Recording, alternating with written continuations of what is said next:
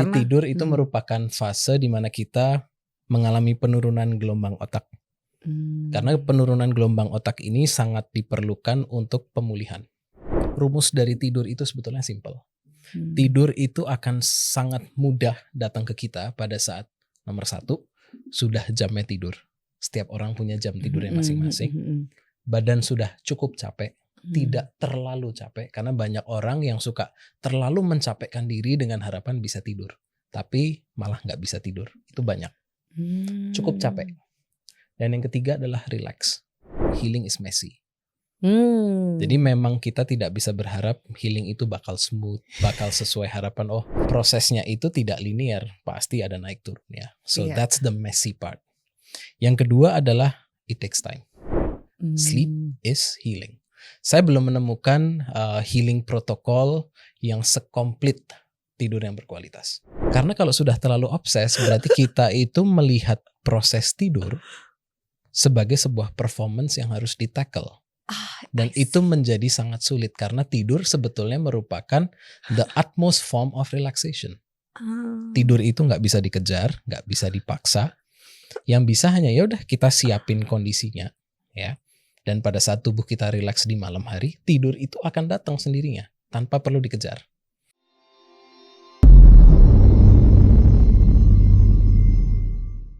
Hello, welcome back to Anthem, Andari and the Theater of the Mind. Episode kali ini mau ngebahas tentang the most essential part of healing and repairing, that is through sleeping. Semua orang butuh tidur ya gak sih? Apalagi kalau sedang proses healing dari trauma, termasuk emotional trauma. Nah, beruntung sekali karena sekarang ini di depanku sudah ada seorang sleep coach. Langsung aja kalau gitu ya. Please welcome Mas Fisal Dasani. Hai. Thank you for having me here today. Sangat senang sekali akhirnya kita bisa bertemu setelah berapa lama. Yes, ya kan? bener. Berbulan-bulan udah ada rencana mau ngundang Mas Fisal. Cuma akhirnya baru sekarang nih kesampaian nih. Thank you so much loh for being Thank you here. for having me. Thank you. Gimana kabarnya hari ini? I'm good, saya sehat-sehat. How about you? Sehat, segar, nice. Dan excited tentunya karena mau ngebahas sesuatu yang menurut aku nih essential banget ya. Sudah ya sepanjang hidup aku lah aku menganggap kalau ini tuh hal yang paling penting yang dapat memulihkan badan, pikiran, perasaan. Itu ini nih satu kuncinya nih, yaitu dengan tidur. Yes. Tidur sebagai holistic healing. Holistic healing. Boleh diceritain dong awalnya Mas Fisal ini kayak mendalami tentang sleep science tuh ceritanya gimana sih? Oke, jadi ceritanya sebetulnya cukup menarik sih. Background saya itu sebelum masuk ke dunia kesehatan itu adalah seorang konsultan keuangan. Jadi saya backgroundnya itu finance. Sempat bekerja di dunia finance juga sampai 2013. Setelah merit terjadi perubahan karir, which is 180 derajat. Saya masuk ke dunia fitness sebagai seorang personal trainer dan juga gym owner di kota Jogja. Fast forward sampai 2020 karena pandemi ya COVID-19, kedua gym saya harus tutup dan akhirnya saya with the power of kepepet ya harus diversifikasi untuk mencari solusi untuk bertahan hidup, yaitu dengan mempelajari dunia tidur. Itu pun juga karena disuruh sama teman saya. Yes. Jadi awalnya karena ada referensi gitu ya, ada kayak ajakan dari temen gitu. Yes. Lebih disuruh tapi ya. Lebih disuruh karena waktu itu kami berdua kebetulan sama-sama gym owner. Kami bertemu di sebuah cafe, ngobrol kayak merenungi nasib gitu ya. Ini gimana nih, gym lagi tutup, cari income-nya bagaimana. Terus di meeting itu kami berdua kayak muncul sebuah kesepakatan bahwa mari kita bikin sebuah platform edukasi yang mempermudah mengenai kesehatan sama fitness. Nah dari situ terus saya tanya, berarti platform ini harus punya USP dong. Kalau hanya platform biasa aja kan ya apa yang membedakan. Terus dia bilang, kalau gitu gini aja, aku akan menguasai women fitness ya, dan coba kamu pelajari soal tidur. Jadi biar nyambung gitu. Jadi platform ini itu punya semuanya Nah, dari situ karena ada semacam kayak dorongan ya, disuruh gitu ya. Akhirnya saya pulang, saya cross check, saya cek di website ada nggak sih edukasi seputar tidur yang urusannya sama fitness. Ternyata ada. Dan luckily ya, karena waktu itu semuanya lagi murah karena COVID, semua harga dipangkas gitu ya. Course yang saya ambil juga mendapatkan ya pemangkasan harga yang sangat signifikan, dan itu yang membuat saya akhirnya oke, let's give it a try. Karena waktu itu saya juga masih bingung ini diambil berguna nggak ya. Dan salah satu penentunya adalah ya kalau harganya make sense bolehlah kita coba-coba. And the good news harganya waktu itu cukup murah, dan akhirnya saya ambil, dan dari situ terbuka pikirannya kayak oh, info ini daging semuanya dan ini perlu dibawa ke Indo. Seperti itu. Itu titik mula saya masuk ke dalam dunia sleep science. Itu online course kah atau? Online course. Online course, dan waktu itu yang saya dapatkan itu dari Islandia. Kalau boleh tahu apa aja yang dipelajari pada waktu itu? Kalau waktu itu yang saya pelajari adalah bagaimana tidur itu mempengaruhi fitness goals, performance, nutrition, dan sebagainya. Jadi urusannya itu masih seputar fitness. Nah dari situ karena saya merasa bahwa dunia tidur ini dalam dan perlu dieksplorasi lagi, saya cari nih sumber-sumber edukasi lainnya yang berurusan sama tidur. Nah dari situ saya dapat beberapa referensi yang memberikan edukasi seputar insomnia, seputar CBT insomnia, seputar gangguan tidur pada anak remaja, pada lansia. Jadi udah lebih ke general population dan tidak hanya bicara soal fitness. Gitu. Kalau Mas Faisal sendiri pernah nggak tuh mengalami gangguan tidur gitu? Kadang kan kalau apa yang kita alami itu membuat kita jadi lebih bersemangat untuk menggali informasi nih sebelum di-share ke orang, bermanfaat dulu untuk diri sendiri gitu. Boleh di-share nih, Mas Faisal? Saya pernah. Jadi 2 kali saya mengalami gangguan tidur yang efeknya tuh cukup signifikan di saya. Yang pertama itu di tahun 2013 setelah bulan madu. Yang saya alami itu jet lag parah. Dan karena jet lag ini nafsu makannya itu jadi tidak teratur, jadi berantakan. Dalam waktu 21 hari pergi bulan madu dan akhirnya balik, jet lagnya jadi parah. Saya berat badannya itu naik 15 kilo. 21 hari. Berawal dari jet lag tuh ya? Jet lag. Jadi karena jet lag ini, tapi waktu itu saya nggak tahu bahwa jet lag bisa menyebabkan nafsu makan berantakan. Saya baru tahu di 2020 pada saat belajar. Ya waktu itu ya udah. Makan itu kayak seperti perut itu nggak ada batas bawahnya gitu loh, makan terus nggak kenyang. Dan yang saya cari itu makanan-makanan yang highly processed, UPF kayak chips, cookies, pastas, pizzas, itu yang saya makan. Minumannya itu minuman berkarbonasi seperti Coca-Cola, Fanta, Sprite. Apalagi karena di luar negeri air lebih mahal dari minuman seperti Coca-Cola atau Fanta. Jadi waktu itu ya udahlah, sikat semuanya.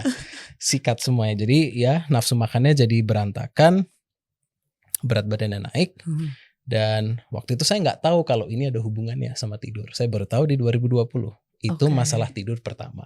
Masalah tidur yang kedua itu insomnia di tahun 2017. Selama 1 tahun itu saya hanya tidur kurang lebih sekitar 4 jam. Ini bukan karena bulan madu lagi kan? Bukan. Bukan. Tapi waktu itu stresor saya cukup banyak. Stresor cukup banyak. Tentang pekerjaan kah? Pekerjaan, personal, anak baru lahir. Tapi pada saat anak lahir dia itu susah tidur karena kolik. Gangguan pencernaan di malam hari sehingga dia itu harus digendong dulu sebelum akhirnya bisa tidur. Dan itu bisa sampai jam 1 sampai jam 2 malam. Dan itu berlangsung selama beberapa bulan.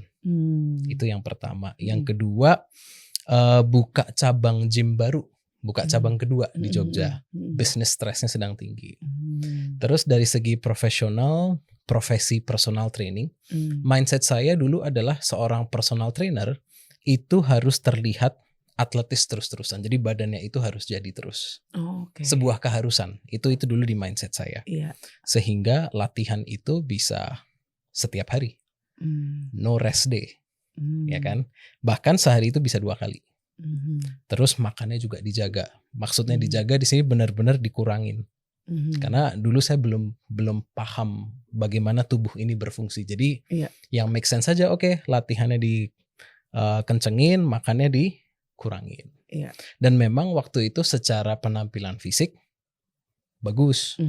Tapi karena stresornya banyak, latihan terlalu berat, makan terlalu sedikit, terus business pressure, terus dari family juga ada kayak keluhan karena si kecil nggak bisa tidur, itu semua menjadi stresor. Akhirnya nggak bisa tidur. Baru bisa tidur itu jam 1, kapan jam 2, dan harus bangun jam 6. Suka nggak suka. Badan itu udah kebangun sendiri jam 6. Selama 1 tahun. Gitu. Jadi pernah mengalami jet lag dan insomnia. Oke, jadi ketika mempelajari tentang sleep science gitu ya, apa nih informasi yang pertama kali Mas Wisal tuh ngerasa aha moment gitu ketika mendapatkannya, karena wah ini dia nih jawaban dari pertanyaanku di 2013 dan 2017. Yang pertama kali membuat saya aha itu pada saat saya belajar hubungan antara tidur terhadap nafsu makan.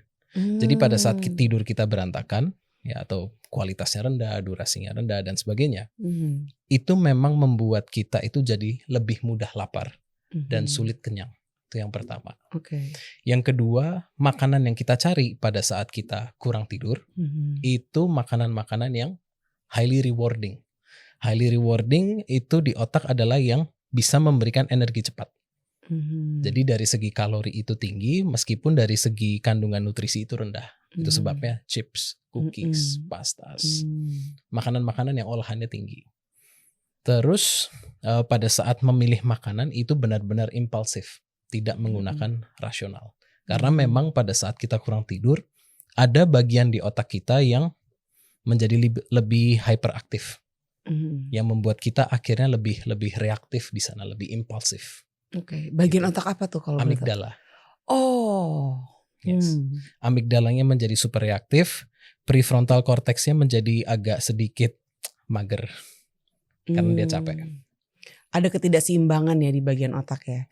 Jadi Mas Wisal juga mempelajari tentang kerja otak nih ya dengan sleep science ini.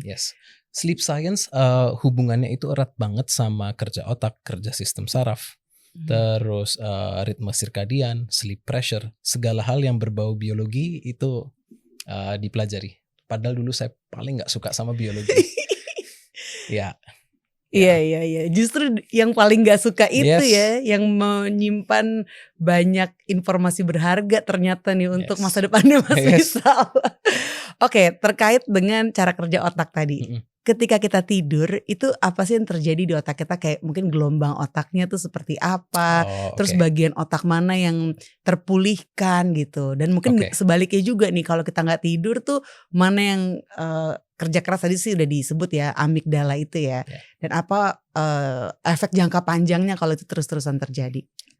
Jadi banyak yang memiliki pemahaman, ya tidak semua tapi banyak di luaran sana yang memiliki pemahaman bahwa pada saat kita tidur otak kita berhenti bekerja.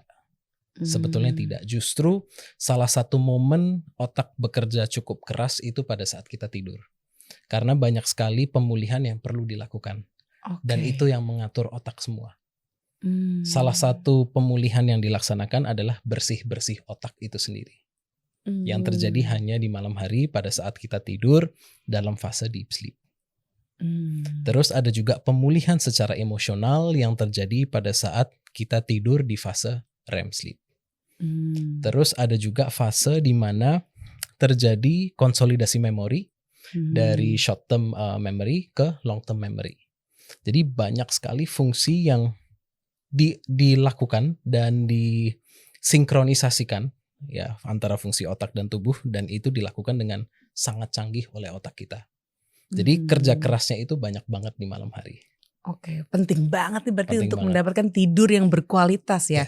Tidur yang berkualitas itu seperti apa sih Mas Wisal? Nah ini juga kembali lagi thank you for the question, karena saya juga perlu meluruskan. Di luaran sana banyak yang punya asumsi bahwa tidur itu yang penting kualitasnya, kuantitasnya gak penting. Banyak bilang tidur 3 jam yang penting berkualitas. It doesn't work like that. Aku sering denger juga loh itu. Tidur yang berkualitas itu ciri-cirinya ada 3. Yang pertama itu durasinya cukup. Kenapa durasi itu perlu cukup lama karena banyak sekali fungsi pemulihan yang dilakukan. Kalau nggak diberikan waktu yang cukup, ya pemulihannya juga tidak optimal. As simple as that. Yeah. Jadi perlu durasi yang cukup. Nah, cukup ini akan berbeda berdasarkan usia. Dewasa itu range durasinya 7-9 jam. Lansia range usianya 7-8 jam. Anak remaja range durasinya 8-10 jam. Anak-anak pra-remaja itu sekitar 9-11. Oke. Jadi berdasarkan usia ada perbedaan durasi tidur. Kalau anak kecil? Anak kecil itu sekitar 14-17 pada saat mereka baru lahir. Terus akan berkurang dari sekitar 11-14an kalau saya tidak salah. Oke. Jadi dengan bertambahnya usia, durasi tidur kita mengalami penurunan. That's a yes. Tapi kembali lagi juga perlu durasi yang cukup. Itu yang pertama. Yang kedua adalah efisiensinya tinggi. Maksudnya efisiensinya tinggi adalah pada saat kita berada di kasur dan kita memang dapat kesempatan untuk tidur, mayoritas dari waktu kita ya kita habiskan tidur. Bukan berjuang untuk tidur, bukan merasa gelisah, bukan merasa cemas. Jadi majority of our sleeping time yaitu kita tidur. Itu artinya efisiensinya tinggi. Atau pules lah. Meskipun sesekali terbangun tengah malam, that's okay. Nah, itu yang kedua. Yang ketiga, bangun tidur segar. Ya itu kan outputnya sebetulnya. Pada saat kita tidurnya cukup, terus efisiensinya tinggi, berarti kan proses pemulihan itu terjadi secara optimal. Nah, pemulihannya ini kan holistik. Nah, karena holistik, pada saat kita bangun, fisik kita sudah pulih, segar, bersemangat, bertenaga. Terus mood kita bagus. Kita bisa secara fungsi kognitif kita jadi semakin tajam, semakin cepat. Ya, tidak slow dalam berpikir. Tidak mudah marah, emosi kita bisa terkontrol. Kita bisa berempati sama orang. Itu adalah benefit dari tidur yang berkualitas. Oke, wah ini begitu Mas Wisal menjelaskan ini, langsung bertubi-tubi pertanyaan ada di kepala saya. Tentang tidur yang pulas nih, ketika tadi efisiensi tidur gitu ya, udah deep sleep. Ada kan yang bilang kalau udah pules maksudnya kalau udah pules tuh sampai mendengkur gitu. Nah, ini gimana nih? Apa ada kesalahpahaman juga kah tentang mendengkur yang diasosiasikan dengan tidur pulas gitu? Yes. Mendengkur merupakan salah satu tanda bahwa sirkulasi udara pada saat tidur tidak terlalu lancar, tergantung suara dengkurannya. Jadi pada saat kita tidur ada sirkulasi udara yang semacam jalur sirkulasi udaranya yang cukup menyempit. Dan semakin sempit itu berarti membuat flow of air-nya itu tidak bagus. Dan itu bisa menciptakan suara dengkuran. Nah, artinya mendengkur itu bukan tanda tidurnya berkualitas, tapi ada sedikit keluhan di pernafasan pada saat tidur.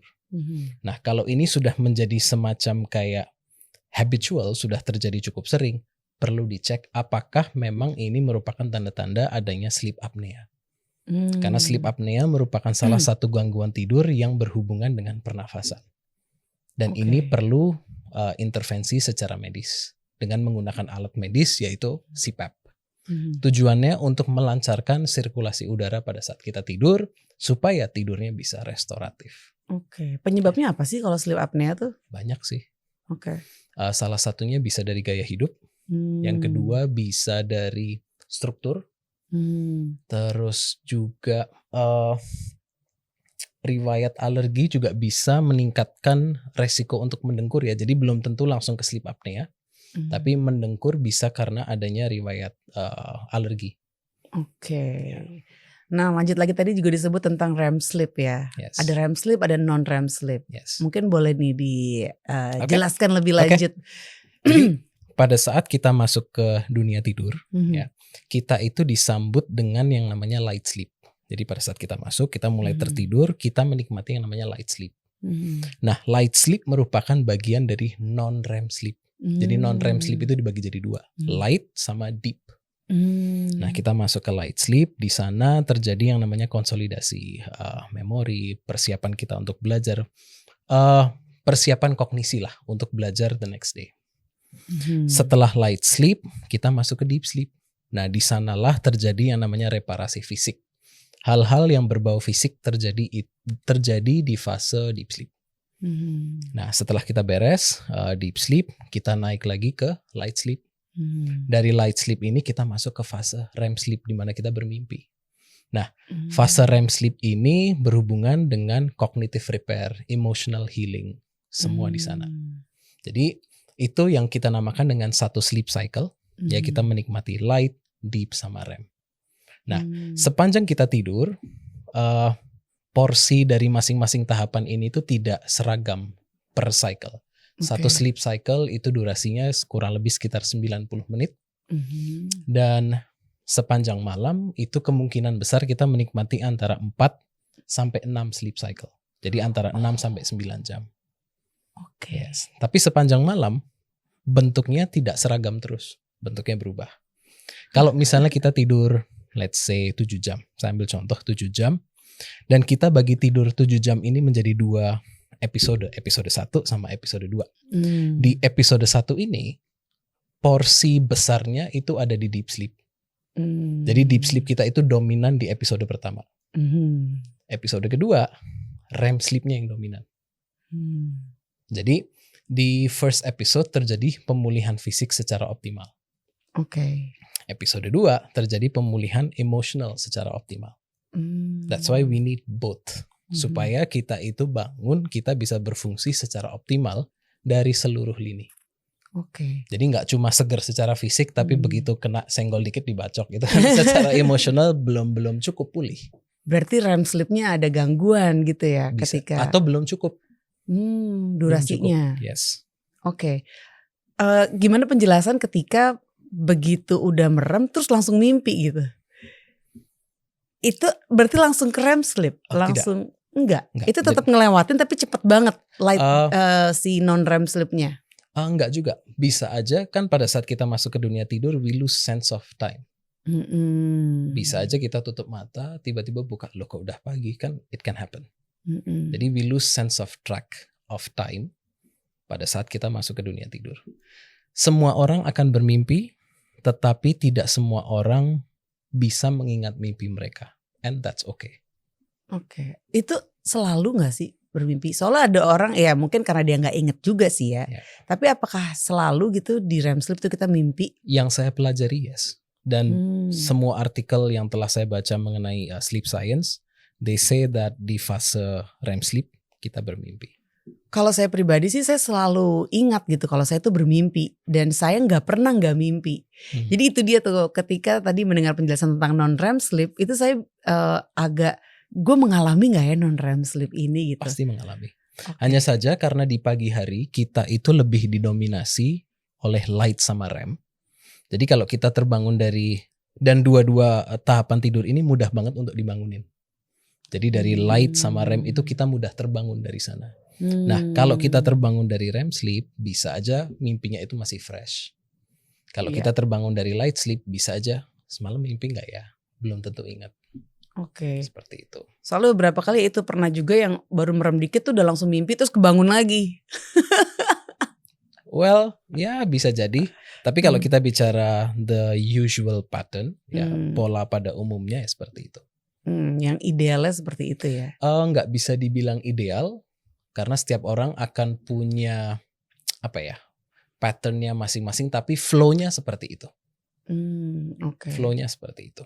Mungkin kalau dikaitkan dengan gelombang otak kita gitu, Mas Wisal, itu prosesnya gimana sih yang terjadi ketika kita tidur sampai kita bangun lagi? Pada saat kita masuk ke dunia tidur, kita kalau saya tidak salah, kita memasuki di light sleep, itu memasuki gelombang alfa. Dari alfa terus kita turun sampai nanti akhirnya di deep sleep itu fase di gelombang otak delta.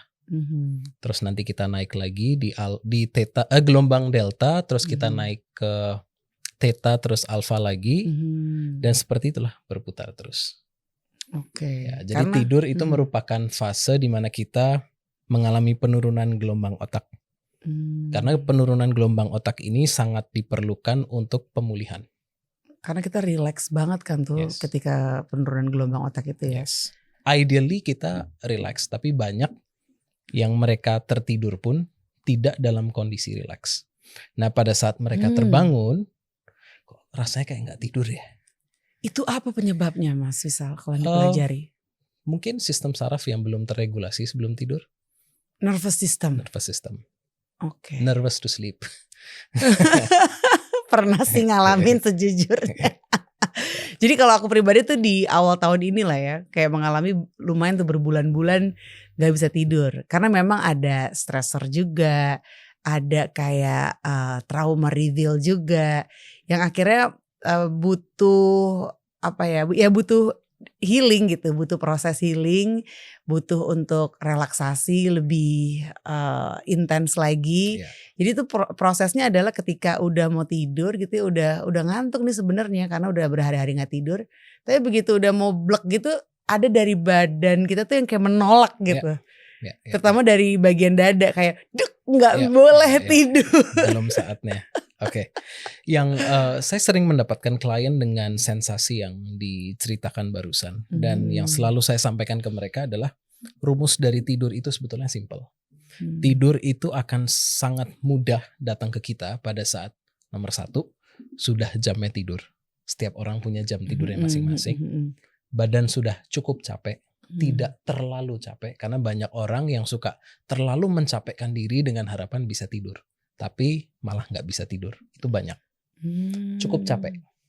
Dan yang ketiga adalah relax. Dan ketiga hal ini dilakukan di kamar yang nyaman. Nah, banyak yang sudah jamnya tidur, sudah cukup capek, tapi gak relax-relax sebelum tidur. Nah, itu yang membuat mereka akhirnya sulit tidur.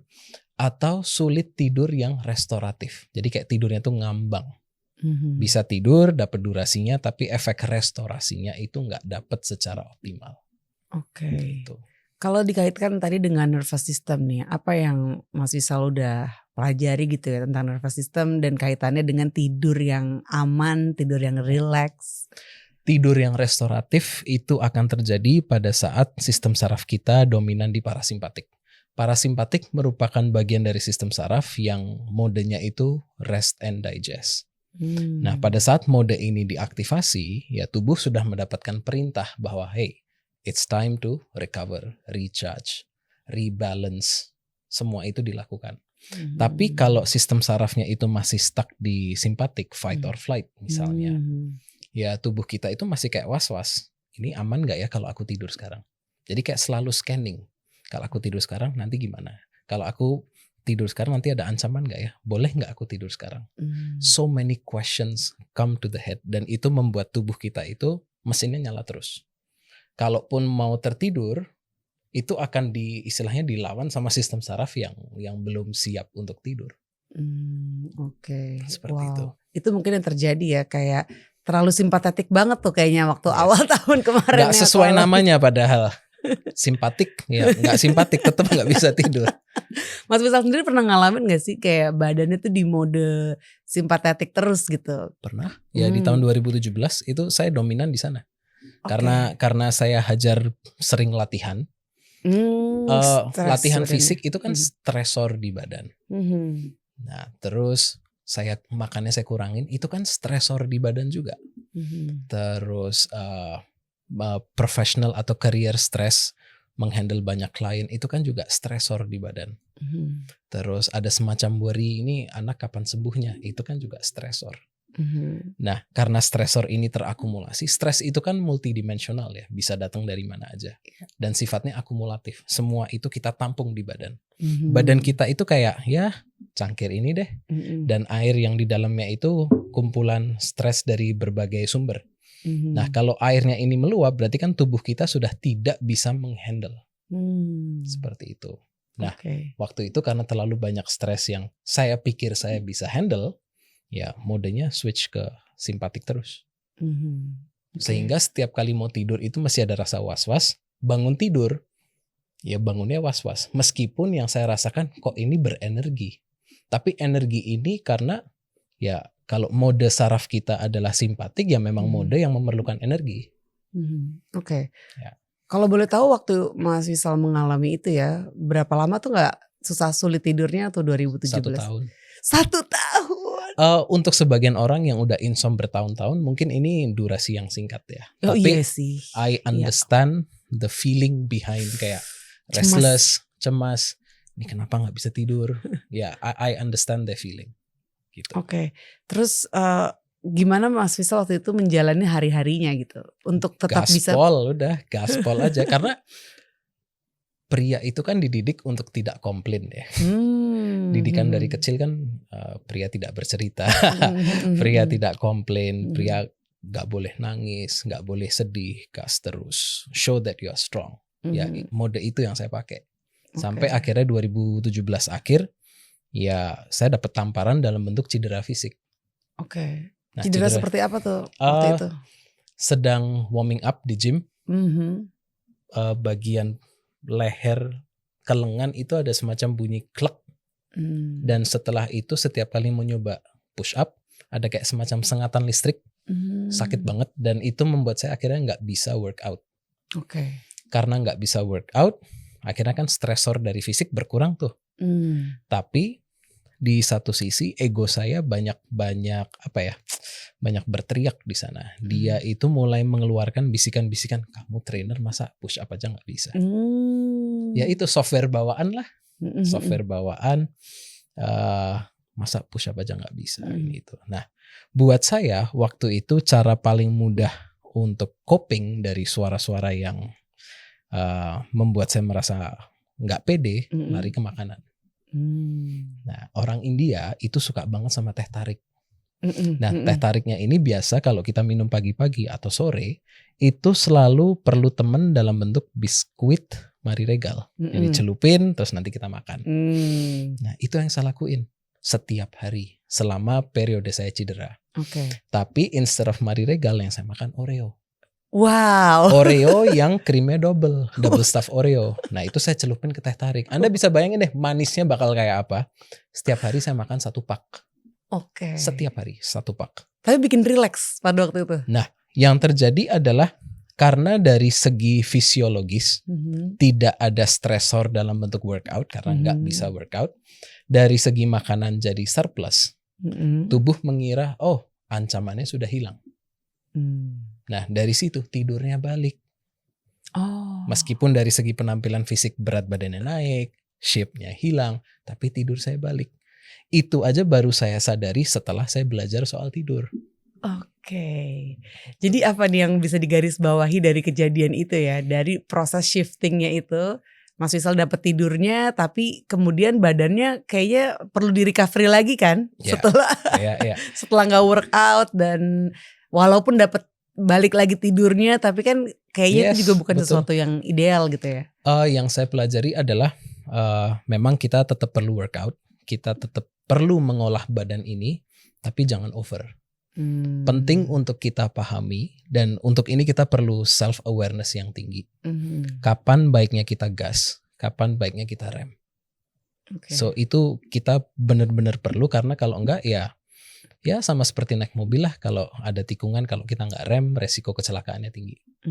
Sama kita kalau tidak paham kapan saatnya rem ya resiko cedera tinggi, resiko burnout tinggi dan itu implikasinya justru bisa jangka panjang. Jadi jangan berhenti untuk recover pada saat badan udah teriak. Be sensitive terhadap bisikan-bisikan dari badan, sinyal dari tubuh. And respond appropriately. Itu yang saya pelajari. Jadi learn to slow down. Kapan sesekali mau digas kencang silahkan. Karena tubuh itu mampu kok. Cuma kalau digas terus-terusan dan kencang terus ya mesin jebol. Jadi emang harus kayak belajar balance gitu ya.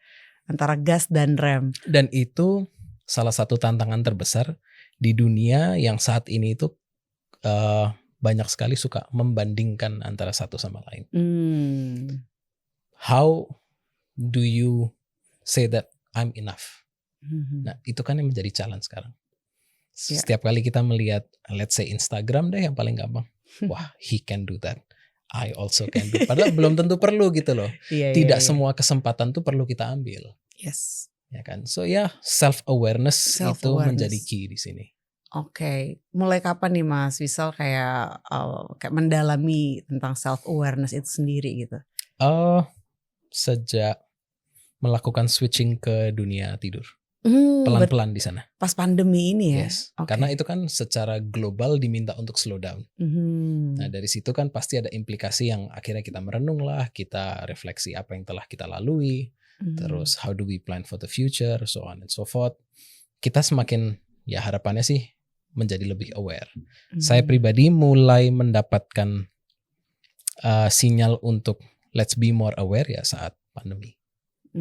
Dan itu jadi mulai mengenal diri sendiri juga, apa sih kebutuhan dari badan ini, terus gimana caranya untuk aligning gitu ya antara mind, body, and soul. Seiring perkembangan gitu ya. Kalau dari aku pribadi sesuai dengan perjalanan journey hidup aku gitu, arti healing tuh juga ada pergeseran gitu. Oh, I see. Nah, kalau dari Mas Fisal sendiri, sekarang nih arti healing untuk Mas Fisal tuh apa sih? Kalau dulu kan misalnya aku healing itu ya sembuh fisik gitu, kayak misalnya kita luka terus sembuh gitu. Tapi ternyata makin kesini makin juga meliputi emotional healing, belum lagi tentang trauma-trauma yang ternyata udah kesimpan dari masa lalu cuma nggak sadar gitu, baru disadari sekarang nih, begitu udah mau kepala 4 gitu. Oh sama dong. Mas Fisal sendiri gimana? Kalau sekarang arti healing untuk Mas Fisal itu apa sih? Buat saya healing itu ada dua, top of mind, ada dua kata yang muncul di kepala. Yang pertama, nomor 1, healing is messy. Jadi memang kita tidak bisa berharap healing itu bakal smooth, bakal sesuai harapan. Oh kita perasaannya makin kesana bakal makin adem, makin ayem, makin tenang. Iya belum tentu. Kapan itu kayak kita mengalami kayak turbulensi yang dahsyat banget sebelum akhirnya benar-benar tenang. And prosesnya itu tidak linear, pasti ada naik turunnya. So that's the messy part. Yang kedua adalah it takes time. Nggak bisa kita rush untuk bisa. Aku minggu depan harus sudah healing.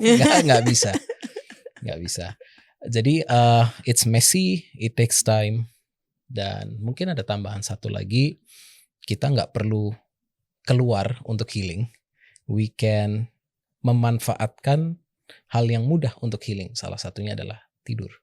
Sleep is healing. Saya belum menemukan healing protokol yang sekomplit tidur yang berkualitas. Yes, kalau misalnya let's say we go for physical therapy, itu healing secara fisik. Kita pergi counseling, itu healing secara mental dan emosional. Dan ini semua saling suportif ya. Jadi let's say badan yang kaku-kaku, kalau dipaksa tidur mungkin tidurnya nggak enak. Perlu sedikit kayak dipijat dulu supaya sedikit lebih relax, tidurnya lebih enak. Let's say kita moodnya sedang bete nih, ya kita perlu ngobrol dulu sama teman. Let's say counseling atau ngobrol sama teman, moodnya jadi lebih bagus, bisa tidur dengan enak. Jadi saling mendukung. Tapi yang bisa melakukan healing secara holistik yaitu bobo. Jadi jangan istilahnya ignore bobo dan melakukan healing modality yang lain. Jadi gunakan healing modality yang lain tapi ya dapatkan tidur yang berkualitas. Bahkan saya menganggap kalau tidur itu adalah indikasi apakah kita tuh secara keseluruhan tuh udah sudah cukup healed. Sudah cukup healed atau belum? Sudah relax atau belum? You have a point, benar juga. Jadi kalau tidurnya susah atau nggak berkualitas itu indikasi ada yang salah nih. Ada gitu. Cerminan betul ya, menjadi sebuah cerminan. Dan saya memang dari kecil sih menganggap bahwa tidur itu crucial gitu kan. Itu adalah cara yang efektif untuk kita kayak memulihkan tubuh kita, pikiran, perasaan. Dan ketika dihadapkan dengan keadaan sulit tidur, itu paniknya bukan main karena menurut saya itu pegangan. Ini pegangan saya satu-satunya nih, maksudnya bukan satu-satunya kayak andalan saya lah, saya untuk memulihkan diri, melepaskan stres segala macam itu dengan tidur. Ini tidurnya disulitkan nih pada saat itu, jadi wow, dar-der-dor banget gitu. Saya juga sempat ditanya waktu itu, kenapa sih orang Indonesia atau di luaran sana itu banyak sekali yang sulit tidur? Jawaban saya cuma 2. Yang satu, mereka belum memahami mekanisme di belakang proses tidur itu sendiri, karena memang ada mekanismenya. Dan yang kedua, mereka belum memiliki mindset yang benar dan sehat soal tidur. Kenapa saya bilang mindset yang benar dan sehat? Karena banyak yang sudah punya mindset yang benar, informasinya sudah bagus soal tidur, tapi jadi terlalu obses. Itulah saya pada waktu itu. Nah, karena kalau sudah terlalu obses, berarti kita itu melihat proses tidur sebagai sebuah performance yang harus di-tackle. Dan itu menjadi sangat sulit karena tidur sebetulnya merupakan the utmost form of relaxation. Tidur itu nggak bisa dikejar, nggak bisa dipaksa. Yang bisa hanya ya udah kita siapin kondisinya, ya. Dan pada saat tubuh kita rileks di malam hari, tidur itu akan datang sendirinya tanpa perlu dikejar. Nah, pada saat kita melihat tidur sebagai sebuah performance yang harus kita tackle, di saat itulah anxiety mulai naik.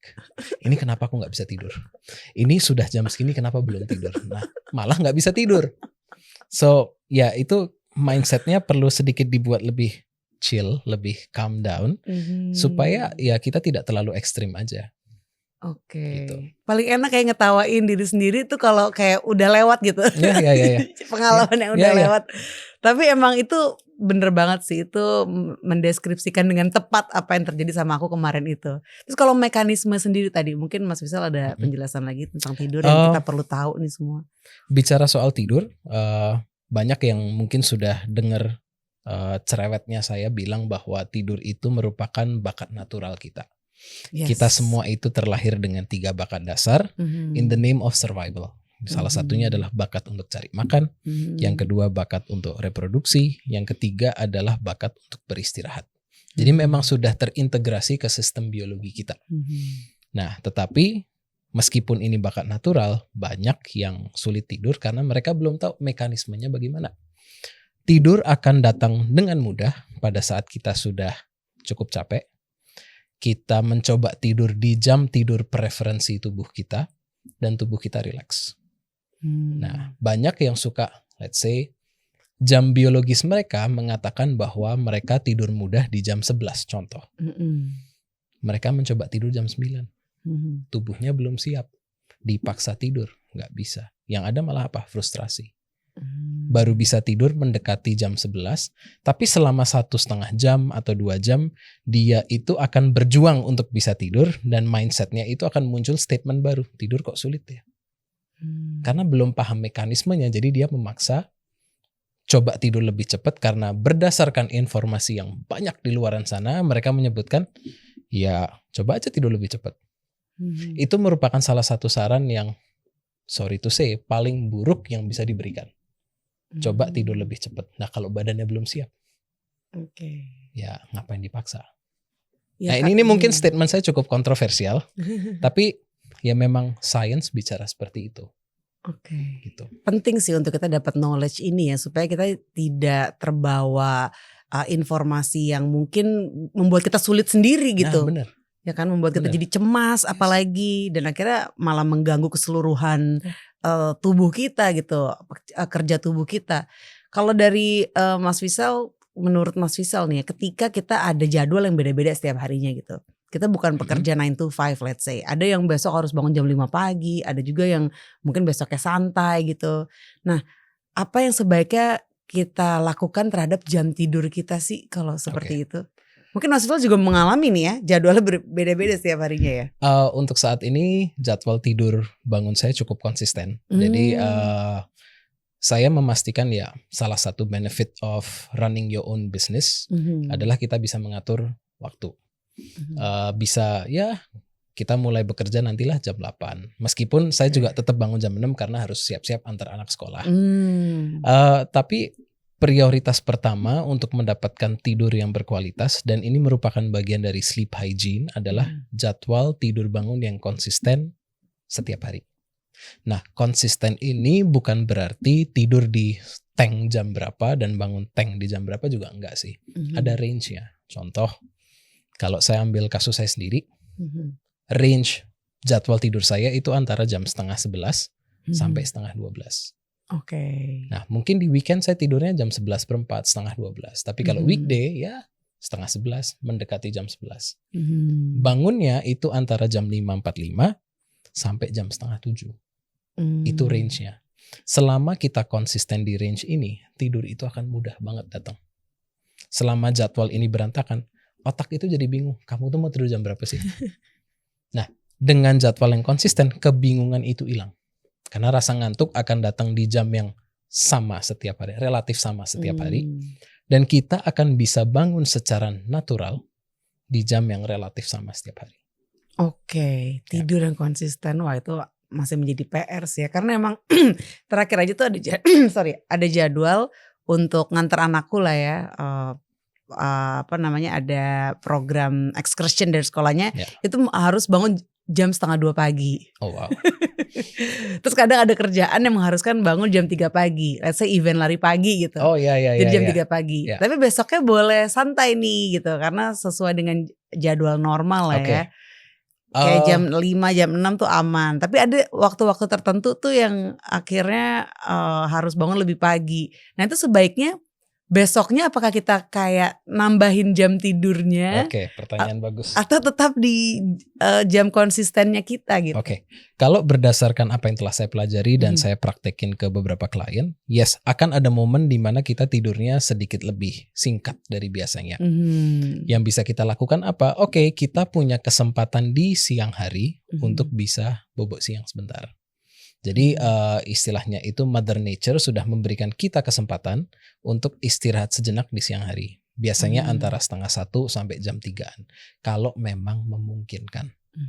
Kalau tidak, ya malamnya bisa tidur setengah jam lebih cepat, bangun di jam biasa. Kurangi aktivitas yang sangat intens, karena itu juga bisa meningkatkan fatigue level yang terlalu tinggi. Terus biasa kalau tidurnya singkat kan kita mencari cara supaya bisa tetap produktif dengan kafein. Nah kafeinnya juga bisa sedikit dikurangin. Be mindful about kafein karena dia bisa mengganggu proses tidur, kedalaman tidur sama durasi tidur. Gitu. Jadi tetap berjalan aja seperti biasa. Kalau ada waktu untuk istirahat siang bisa dimanfaatin, silahkan dimanfaatin. Terus malam kalau misalnya tidak bisa tidur siang, ya malam tidurnya sedikit lebih cepat, nggak usah sangat terlalu cepat, sedikit lebih cepat aja dan bangun di jam yang sama. Jadi tetap terjaga gitu ya. Konsistensinya kejaga. Nah ini menarik nih ngomongin tentang konsumsi. Salah satu kafein tadi. Untuk kita mendapatkan tidur yang berkualitas. Since tidur ini masih menjadi satu hal yang krusial gitu untuk pemulihan diri kita setiap harinya. Sebaiknya tuh takarannya berapa banyak sih untuk kafein itu dan dikonsumsinya kapan supaya tetap mendapatkan tidur yang berkualitas di malam hari? Yang saya baca maximum tolerance itu 400 mg kafein per hari yang saya baca. Tapi kembali lagi setiap orang itu akan memiliki reaksi yang berbeda terhadap kafein. Saran umumnya adalah konsumsi kafein terakhir. Di sini asumsinya kafein itu kita bicara kopi ya, atau let's say energy drink yang kafeinnya tinggi atau pre-workout yang kafeinnya tinggi. Itu sekitar 6-8 jam sebelum jadwal tidur kita. So let's say saya tidur jam 11, saya akan berhenti kafein itu antara jam 3 atau jam 4. Seperti itu. Supaya malam tidurnya itu bisa lebih mudah. Atau kalau misalnya tidurnya mudah, karena banyak yang bilang gini juga, saya minum kopi telat juga tetap bisa tidur. Berarti nggak benar dong statementnya. Nah banyak yang belum aware bahwa kafein itu mainnya dari berbagai sisi nih. Nggak cuma bicara mempersulit proses tidur, dia juga mengurangi total durasi tidur secara keseluruhan dan juga mengurangi kedalaman tidur kita. Jadi deep sleep-nya itu bisa keganggu. Seperti itu. Jadi kafein itu bisa main dari berbagai sisi. Nah, itu sebabnya kenapa kasih waktu yang cukup lama, 6-8 jam sebelum jadwal tidur, supaya proses tidur kita itu bisa lebih mudah. Tubuh lebih mudah terregulasi karena kan kafein itu kan menstimulasi. Sistem sarafnya kan jadi semakin alert. Dan itu kan akan membuat tubuh mengeluarkan banyak energi karena ya simpatik. Perlu energi tinggi. Nah, gimana kita mau relax kalau energinya sedang tinggi? Seperti itu. Jadi kasih gap lah 6-8 jam. Iya. Dan walaupun mungkin nggak kerasa gitu kayak gue tetap sejam sebelumnya masih bisa tidur kok dalam durasi yang mungkin aman gitu ya. Tapi ya itu deep sleep-nya jadi mungkin kurang dapat kualitasnya gitu. Nah kalau misalnya kita nggak deep sleep gitu, itu tuh ada kayak maksimumnya nggak sih orang tuh kayaknya harus deep sleep deh. Kayak kalau dia nggak deep sleep selama seminggu aja tuh kayaknya badannya nggak akan kuat deh. Ada nggak sih? Mungkin nggak perlu seminggu statement-statement? ya. 1-2 hari tanpa deep sleep yang cukup itu sebagian orang mungkin bisa berfungsi kayak zombie gitu, kayak capek banget. Karena deep sleep itu kan energi fisik ya. Berapa lama sih biasanya proses Kalau deep itu sleep itu? maksudnya proses deep sleep? Ketika tadi kan ada light sleep, Oh ada ya, deep oke. sleep, Oke, kemudian oke. light sleep, and then Oke. REM gitu. Nice question. Tidur kita, kalau kita bicara dari 3 tahapan tidur tadi, tidur kita itu 50-60%-nya itu didominasi oleh light sleep. Porsi deep sleep-nya itu cuma 13-23% dari total durasi tidur. Tergantung hari itu aktivitas fisiknya ngapain. Oke, itu deep sleep yang tidak mimpi itu ya? Tidak mimpi, itu yang Oke. restorasi fisik. Yes. Kita itu paling sulit dibangunin dari deep sleep. Udah dalam banget dan kita itu tidak bisa mudah dirangsang dari kayak misalnya suara atau kapan shaking the body juga nggak begitu ngefek kalau sudah deep sleep. Segitu dalamnya. Oke. Dan itu memang diperlukan. Cuma durasinya itu yang nggak lama-lama banget. Nah kalau REM sleep itu 20-25% dari total durasi tidur. Oke. Gitu. Jadi ya sebetulnya deep sleep tuh nggak lama-lama. Kalau orang Yes. bilang saya mau deep sleepnya 8 jam itu teler. Kita nggak perlu deep sleep lama-lama. Kita perlu deep sleep yang cukup dan kita perlu REM sleep yang cukup dan light sleep yang cukup. Nah masing-masing tahapan ini rasionya itu memang perlu dicukupi agar tidur kita itu restoratif. Oke. Ya. Tidur yang restoratif. Yes. Ini yang lebih tepat ya Yes. kata-katanya ya untuk bisa kita lakukan setiap harinya gitu kan, kayak our goals lah ya untuk dapetin tidur yang restoratif ini. Kalau terkait kayak konsumsi magnesium atau mungkin melatonin. Ini mungkin siapa tahu yang menyaksikan lagi mengalami fase sulit tidur dengan alasan apapun itu ya. Terus ada kan yang bilang katanya minum magnesium coba gitu. Itu kan termasuk kayak generik gitu dan itu bisa membantu loh untuk tidur. Gimana Mas Fisal pendapatnya? Suplemen magnesium, lebih tepatnya magnesium glycinate, memang punya pengaruh untuk meningkatkan recovery dan tidur. Tapi kembali lagi sifatnya suplemental.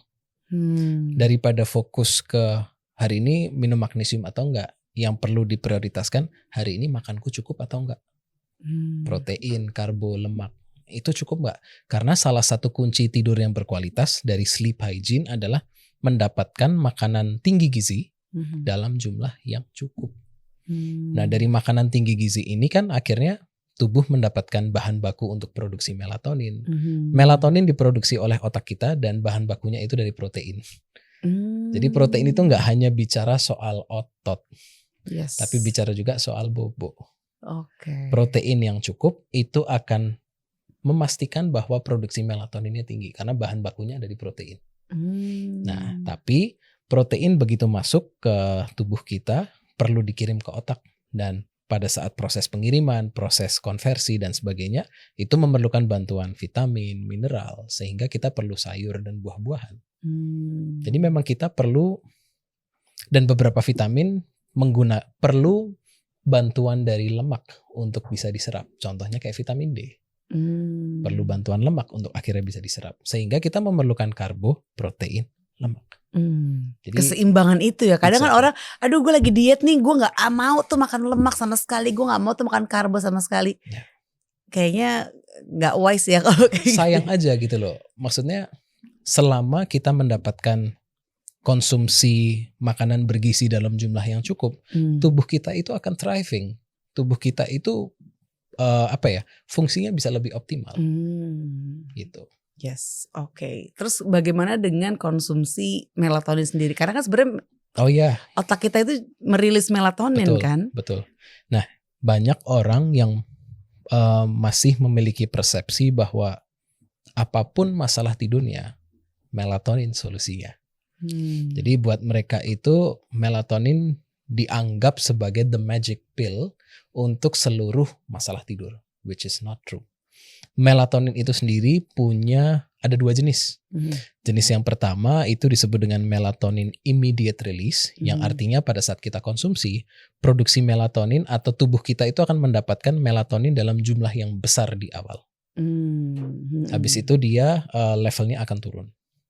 Tapi ada juga melatonin yang extended atau prolonged release, yang artinya dia itu akan memberikan melatonin ke tubuh kita secara bertahap.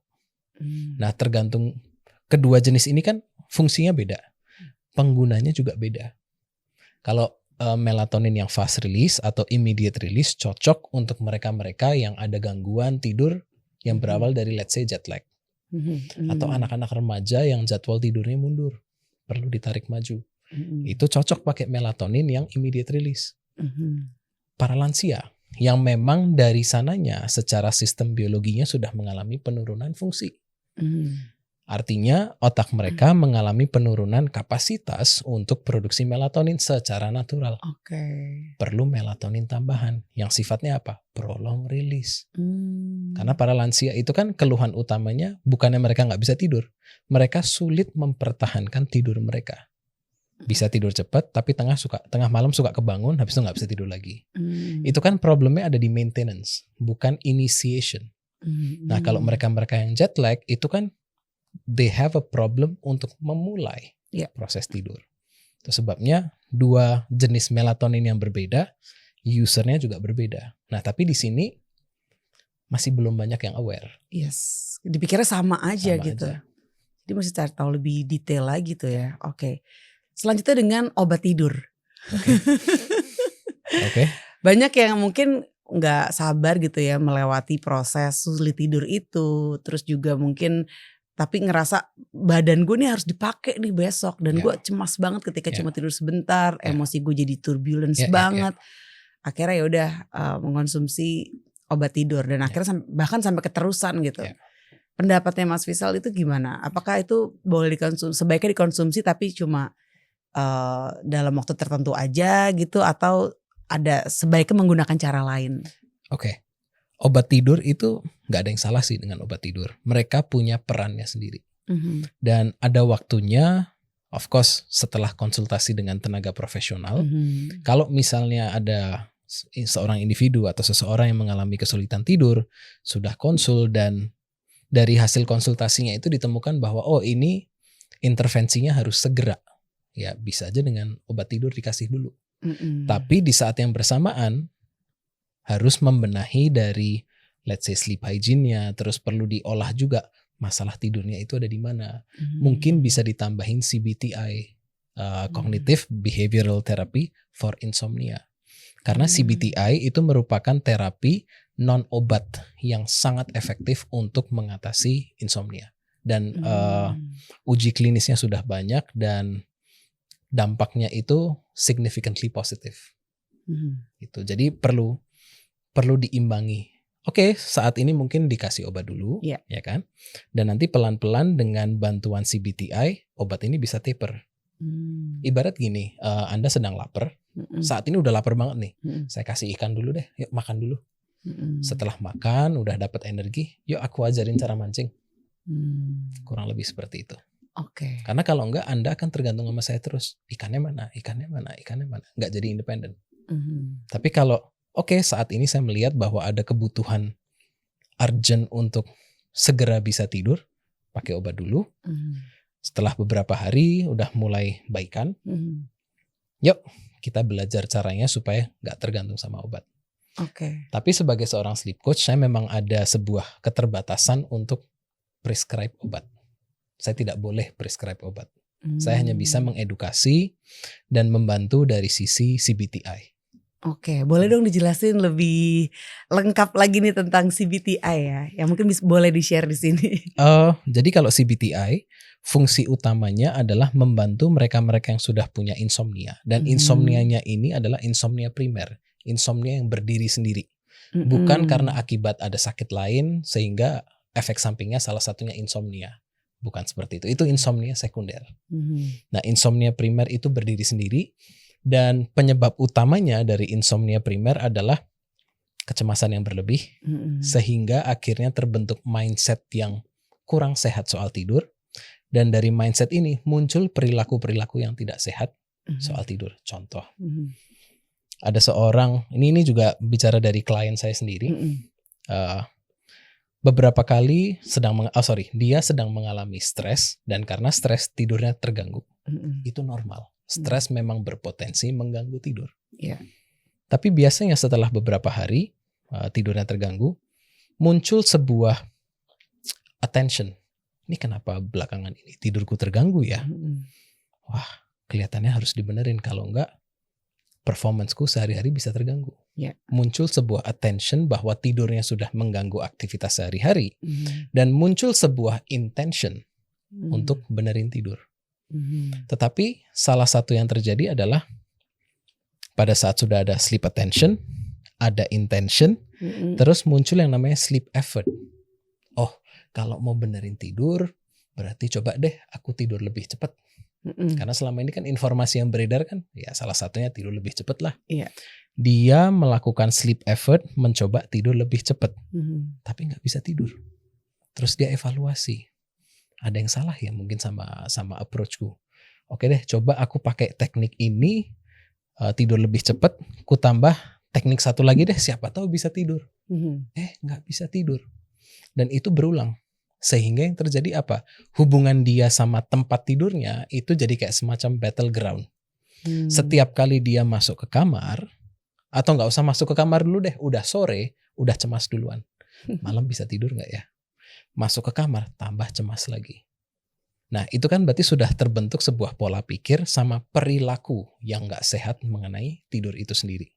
Dan itu yang akhirnya memperparah insomnia.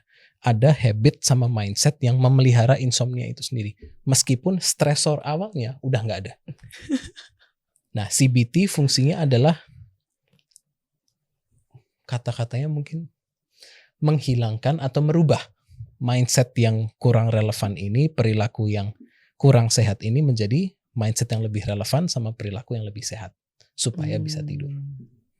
Oke, Gitu. Wow. Jadi ini emang kayak ya holistik juga ini CBTI ini ya. Dan emang bagaimana kita memproses informasi terkait tidur, terus kita juga acknowledge info yang kita punya selama ini tuh apa sih tentang tidur, dan kayak jadi punya pandangan baru gitu tentang tidur ya. Ya nggak sih, yang akhirnya membuat kita lebih relax gitu untuk menjalaninya.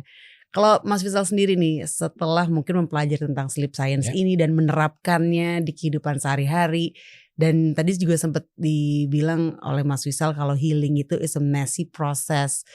Your healing journey so far itu seperti apa sih Mas Fisal, dan apakah itu juga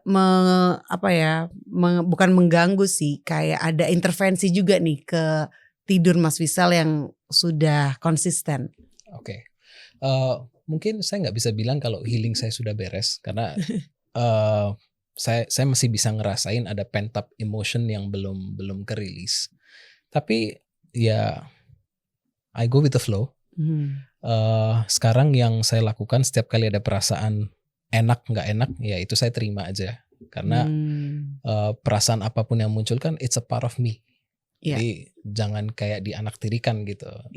Jangan hanya kita mau perasaan yang enak-enak, yang nggak enak itu no, you don't exist here. No. Semua itu belong ke kita. Dan dengan mindset dan approach seperti itu, ini membuat saya lebih kalem, lebih tenang. Meskipun ada moments di mana kayak turbulensi itu ada, tapi ya dengan approach ini saya bisa take a step back dan melihat, it's just part of the process. Tidak terlalu terganggu. Jadi you can say that proses healingnya masih berjalan, dan saya yakin ini akan berjalan terus, karena hidup itu pasti penuh dengan ada tantangan dari kiri, dari kanan, because eventually we are meant to grow. Dan untuk bisa bertumbuh, we need challenges. Dan mulai menyadari kayak, saya ada trauma ini, saya ada trauma itu pas kapan Mas Fisal? Pas COVID. Pas COVID itu ya? Karena gak ada kerjaan. Jadi akhirnya melihat ke dalam diri ya. Dan yang dilakukan untuk kayak memproses trauma-trauma itu apa saja sih? dari so far nih? Tergantung mood juga ya. Kapan saya ada mood untuk nggak ngapa-ngapain ya saya nggak ngapa-ngapain. Kapan ada mood untuk beraktivitas fisik ya beraktivitas fisik. Kapan ada mood pengen makan ya makan. Jadi nggak ada satu fix method. Tapi ya saya proses aja sih sekarang. Lebih seringnya kalau dibilang dari segi lebih sering yang mana? Lebih sering dari segi movement. Kapan jalan santai sambil dengerin podcast atau jalan santai sambil dengerin musik atau jalan bareng istri kasih makan kucing, itu merupakan bagian dari rilis. Itu yang lebih sering meskipun that's not the only way buat saya. Oke. Ada yang bilang juga sebelum kita tidur gitu ya, mungkin 2-3 jam sebelumnya kita kayak merilis our emotional baggage dulu gitu. Supaya tidurnya mungkin lebih lancar prosesnya mendapatkan restoratif sleep tadi. Pendapat Mas Rizal gimana? Oh saya setuju banget. Jadi memang 1-2 jam sebelum tidur disaranin ya bikin tubuh sama pikiran serileks mungkin. Bagaimanapun caranya. Untuk sebagian orang cara mereka relax adalah pekerjaan sudah beres, mereka mandi air hangat. Mereka meluangkan waktu di sana, tidak ada yang mengganggu, mereka mandi air hangat. Dan memang secara saintifik mandi air hangat itu punya benefit untuk tidur yang lebih berkualitas.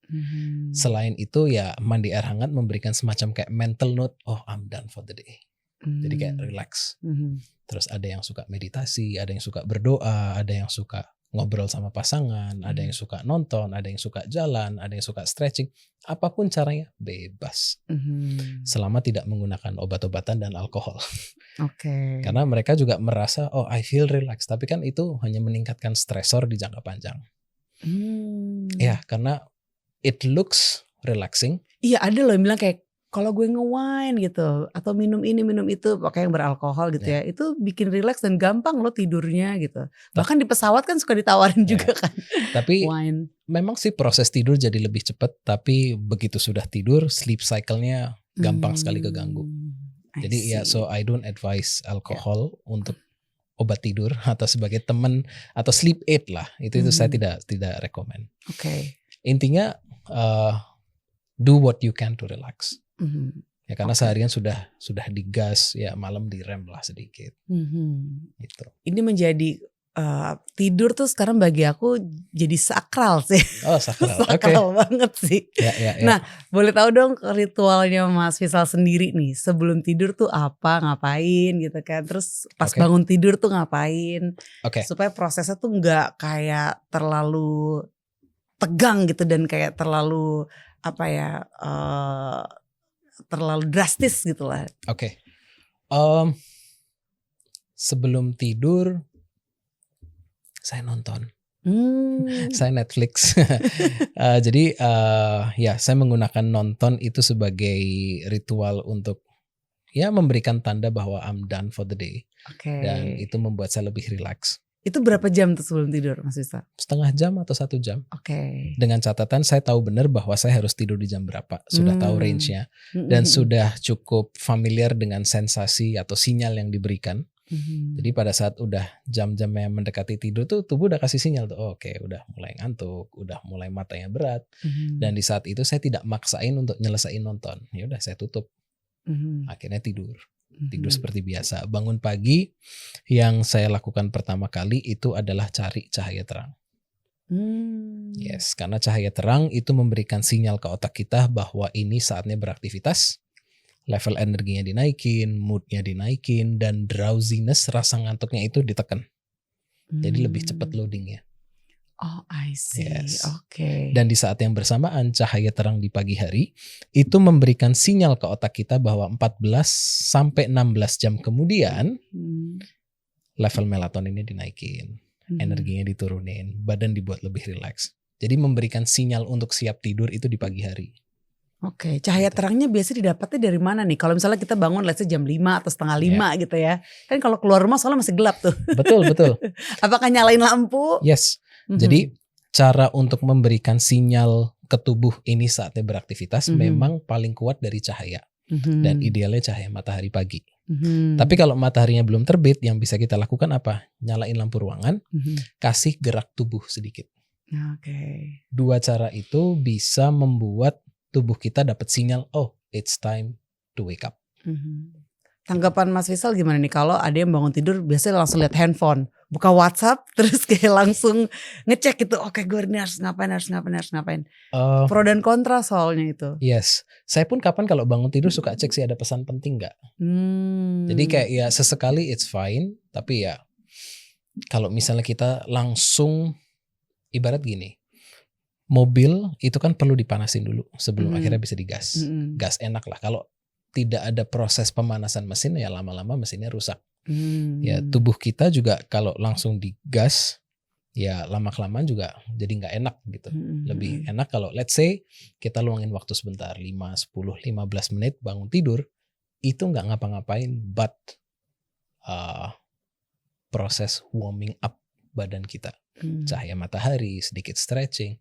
Mau main sama kucing juga boleh, main sama anak boleh. Tapi usahain jangan langsung menstimulasi diri. Dengan WhatsApp, dengan email, dengan Instagram pagi-pagi. Seperti itu. Oke, biar pemanasan dulu gitu ya. Oke. Ya. Wow, ini menarik banget sih. Aku yakin juga banyak orang yang punya pertanyaan yang beda-beda gitu ya tentang tidur. Salah satunya nih kalau dari aku tentang lampu. Sebaiknya kita tidur gelap atau boleh sih nyalain lampu tidur gitu? Tergantung orang ya. Karena ada orang yang takut akan kegelapan. Nah buat mereka daripada dipaksain tidur di kamar yang gelap malah nggak bisa tidur, nyalain lampu redup di samping. Tapi jangan langsung overhead, di samping aja. At least dengan lampu redup dia akan merasa I feel safe, lebih mudah relax. Udah tidur aja. Tapi kalau memang bisa tidur di kegelapan ya go for it. Jadi tergantung. Oke, kalau lampu terang? Nggak disaranin. Nggak disaranin. Ya? Karena tubuh jadi bingung ya nanti ya. Ada orang yang bisa tertidur tapi tidurnya belum tentu of high quality. Karena meskipun mata tertutup, cahaya dari atas itu masih bisa masuk. Jadi itu bisa aja mengganggu kualitas dari tidur kita. Jadi nggak disaranin. Oke. Ya. Sejujurnya sih kayak beberapa hari ini aku tidur itu pakai AirPods nih. Oke. Itu kadang efektif banget untuk meredam overthinking gitu. Jadi dengan kayak misalnya dengerin podcast gitu kan, dengerin conversation orang gitu jadi terfokus ke situ, lama-lama malah jadi relax, malah tidur. Jadi sering banget kalau kebangun untuk buang air kecil gitu misalnya ya, masih pakai AirPods. Dan kadang pagi-pagi tuh AirPods-nya udah di samping udah kelempar ke lantai gitu. Pendapatnya gimana Mas Faisal? Itu sesekali aja boleh atau mendingan? Saya pernah ngelakuin hal yang sama pakai AirPods. Kalau di saya nggak nyaman aja waktu tidur. Meskipun apa yang saya konsumsi itu menjadi pengantar tidur dan itu relaxing banget. Tapi yang akhirnya saya lepas habit itu karena nggak nyaman di kuping. Kalau balik ke kiri nanti sakit di telinga kiri, balik ke kanan sakit di telinga kanan. Jadi saran saya kalau misalnya mau mendengarkan musik penghantar, ya nggak usah pakai AirPods. Misalnya kita pasang handphone ya agak sedikit jauh dari kasur kita, kita dengerin aja suaranya. Kan sekarang di YouTube kan ada fitur untuk break ya setelah berapa menit. Jadi pada saat kita dengerin, udah nanti kalau kita ketiduran, YouTube-nya akan mati sendiri. Karena sudah kita setting waktunya. Iya. Gitu. Jadi nggak disarankan intinya. Secara halus. Tidak di sana, sakit kuping aja sih buat saya. Tapi yang saya tahu ada beberapa brand di luaran sana yang sudah mendesain TWS mereka itu untuk nyaman dibawa tidur. Ya, kalau AirPods setahu saya kembali lagi sih ke setiap orang. Ada brand di luaran sana yang udah mendesain AirPods TWS-nya supaya nyaman dibawa tidur. Oke, langsung habis ini belanja. Oke, selanjutnya nih Mas Faisal tadi disebut juga tentang circadian rhythm. Apa tentang circadian rhythm yang kita perlu tahu nih, yang supaya mendapatkan tidur yang restoratif gitu?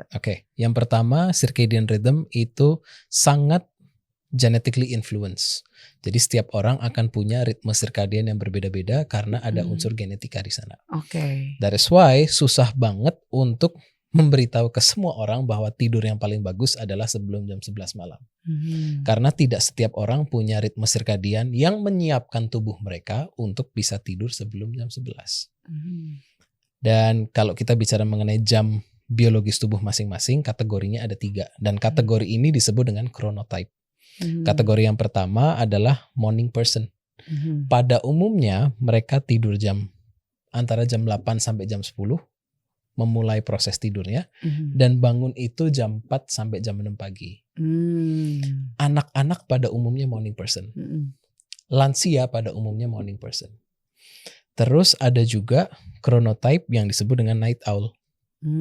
Tidurnya itu kurang lebih antara jam 12 malam sampai sekitar jam 2 pagi pada umumnya. Dan mereka bangunnya lebih siang, antara jam 8 sampai jam 10. Pada umumnya, anak-anak remaja itu berada di chronotype night owl pada umumnya. Dan sebagian orang dewasa berada di night owl. Terus ada juga chronotype yang di tengah-tengah morning person sama night owl, namanya intermediate. Nah, intermediate ini kan berarti di tengah-tengah. Pada umumnya tidur antara jam 10 sampai jam 12, bangun antara jam 6 sampai jam 8. Mayoritas orang dewasa berada di sana, mayoritas. Tapi kembali lagi ini hanya gambaran umum. Dan kalau kita turun lagi ke level yang lebih individual, berarti kita harus lihat ya preferensi genetiknya. Seperti itu. Kalau udah masuk ke usia adult nih ya, circadian rhythm itu bisa mungkin berubah gak sih? Maksudnya ya, bisa. Jadi, masih normal gitu ya kalau misalnya ada perubahan. Tapi untuk konsistensinya sebaiknya seperti apa nih? Nah, setiap kali saya melakukan assessment ke klien, salah satu form yang saya berikan adalah morningness, eveningness questionnaire. Questionnaire ini memberikan gambaran chronotype mereka saat ini. Karena yang namanya chronotype itu adalah sebuah spektrum. Artinya apa? Seorang individu sepanjang masa hidupnya itu bisa mengalami ketiga jenis chronotype ini. Pada saat mereka anak-anak, morning. Pada saat remaja, kegeser ke night owl. Terus pada saat usia dewasa, ke intermediate. Lansia pada saat nanti mereka sudah tua, kembali ke early lagi. Jadi ini sebuah spektrum. Nah, makanya jadwal tidur ini sangat tergantung sama satu, genetik, yang kedua, usia. Jadi kalau ditanya, saya pernah jadi morning person, pernah jadi night owl, sekarang intermediate. Nah, nanti kalau mungkin sudah tambah usia lagi, bisa aja kembali ke morning person. Jadi ini bisa berubah. Seperti itu. Nah, lanjut, aku pengen tahu juga tentang menurut Mas Fisal sudah seimbang belum sih antara kayak menjaga kesehatan fisik, terus kesehatan emosional, terus juga mungkin spiritual, kejiwaan gitu. Menjaga keseimbangan itu seperti apa sih? Saya harap sudah ya. Ini semua jawaban ini mungkin tergantung dari orang lain. Orang lain melihat saya seperti apa. Kalau menurut saya ya sudah cukup seimbang sih. Karena kan Mas Fisal apalagi udah mempelajari juga tentang fitness gitu kan, tentang dunia kebugaran fisik gitu kan, dan sekarang juga merambah ke tidur gitu. Bagaimana sih keseimbangan itu sebaiknya dijaga gitu oleh seseorang? Apa aja knowledge yang perlu kita tahu di usia yang sekarang mungkin sudah kepala 3, kepala 4 gitu. Yang mungkin kalau kepala 2 tuh masih apa ya? Eksperimentasi. Masih eksperimental, bener. Tapi kalau kepala 3, kepala 4 udah mulai stabil nih kehidupannya. Mungkin udah berkeluarga gitu kan, udah punya anak. Jadi kayaknya emang udah makin merasa apa ya, terdorong untuk menjaga nih kesehatannya gitu supaya bisa termanage dengan baik lah sehari-hari. Yang saya percaya dan ini selalu menjadi bahan edukasi saya kalau misalnya saya bicara mengenai kesehatan atau kesejahteraan, saya percaya bahwa untuk mendapatkan kesehatan dan kesejahteraan pilarnya itu ada 4. Yang pertama itu adalah of course tidur yang cukup. Yang kedua adalah aktif secara fisik, ditambah punya olahraga yang terstruktur. Jadi saya selalu membedakan antara gerak fisik sama olahraga karena itu dua hal yang berbeda. Tapi masih berada di payung aktivitas fisik. Mendapatkan nutrisi yang cukup. Yang bisa membuat kita berfungsi secara optimal. Dan yang keempat adalah mengelola stres. Keempat pilar ini yang sekarang sedang sebisa mungkin saya kelola dengan baik. Jadi dapetin tidur yang cukup, terus olahraga yang cukup, tetap gerak secara fisik, aktif, terus makan yang cukup, Makan yang cukup di sini bukan berarti saya bilang saya nggak pernah makan kayak misalnya nih McD atau KFC. Oh, I love them. Ya, intinya ya kalau memang suka ya kita perlu paham bahwa mereka itu makanan jenis apa. Apakah makanan setiap hari atau makanan sesekali. Jadi kita perlu knowledge juga di sana dan bagaimana kita sebaiknya mengelola stres. Karena hidup itu penuh dengan stres. Yes. Kita tidak bisa menghindari stres, yang bisa kita lakukan adalah mengelolanya. Supaya dia bisa berdampak positif ke kita, bukan negatif. Ya. Oke. Nah, terkait olahraga ini menarik. Sekarang kan kayaknya banyak di luar sana tuh orang antusias gitu ya untuk olahraga. Dan olahraga gak cuma satu gitu. Ada yang lari plus padel plus yoga gitu misalnya. Terus tenis juga, basket, bola juga gitu. Fitness, nge-gym juga. Ada saran gak atau mungkin ada pengetahuan gitu dari Mas Fishal terkait olahraga sebaiknya tuh apakah kita sortir gitu atau boleh eksperimen semuanya? Kalau mau eksperimen silahkan ya, asal tubuh kapasitasnya terpenuhi. Jadi perlu dibedakan antara padel, bulu tangkis, tenis, futsal sama latihan yang mengolah badan. Kayak strength training atau cardio. Itu adalah dua hal yang berbeda juga. Jadi kalau padel, tenis, itu kan aktivitas fisik yang bisa dilakukan dengan tujuan let's say having fun, bersosialisasi, kompetisi. Tapi apakah mereka bisa mempertahankan kualitas hidup? Kalau yang dari saya baca, belum tentu.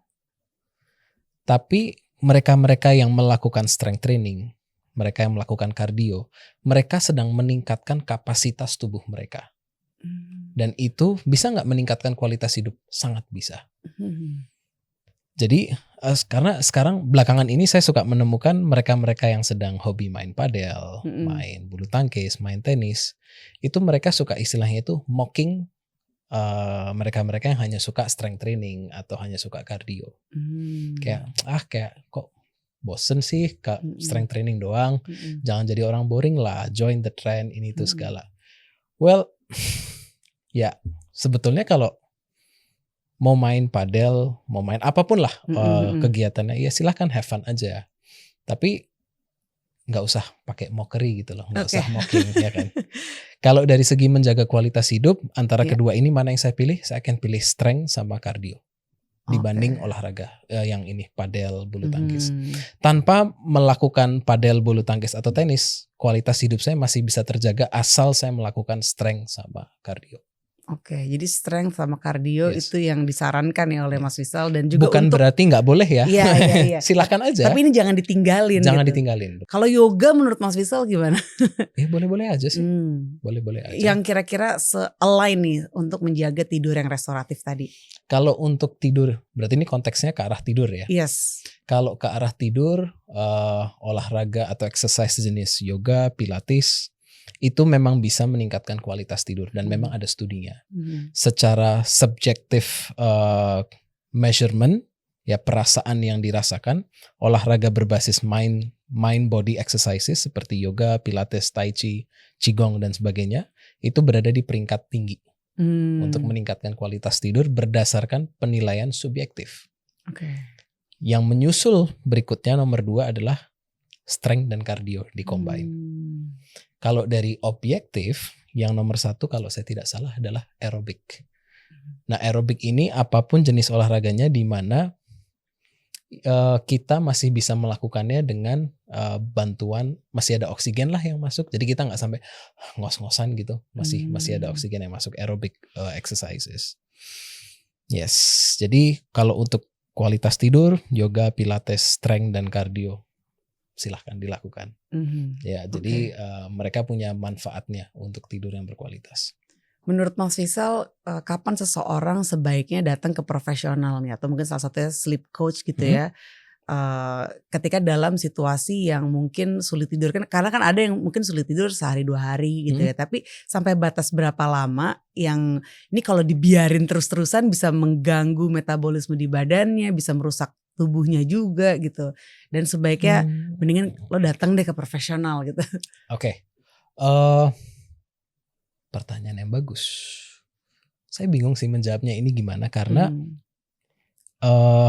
bisa aja, let's say mereka 2 kali atau 3 kali dalam seminggu mengalami kesulitan tidur, bisa aja langsung let's say datang ke sleep coach, kita bisa ngobrol dulu, let's say bisa konsul dulu, karena mereka bisa aja udah keburu takut nih, ini apa yang harus lakuin, kenapa tidurku seperti ini. Kalau misalnya kita udah ngobrol, bisa aja saya tenangin mereka dulu, calm down.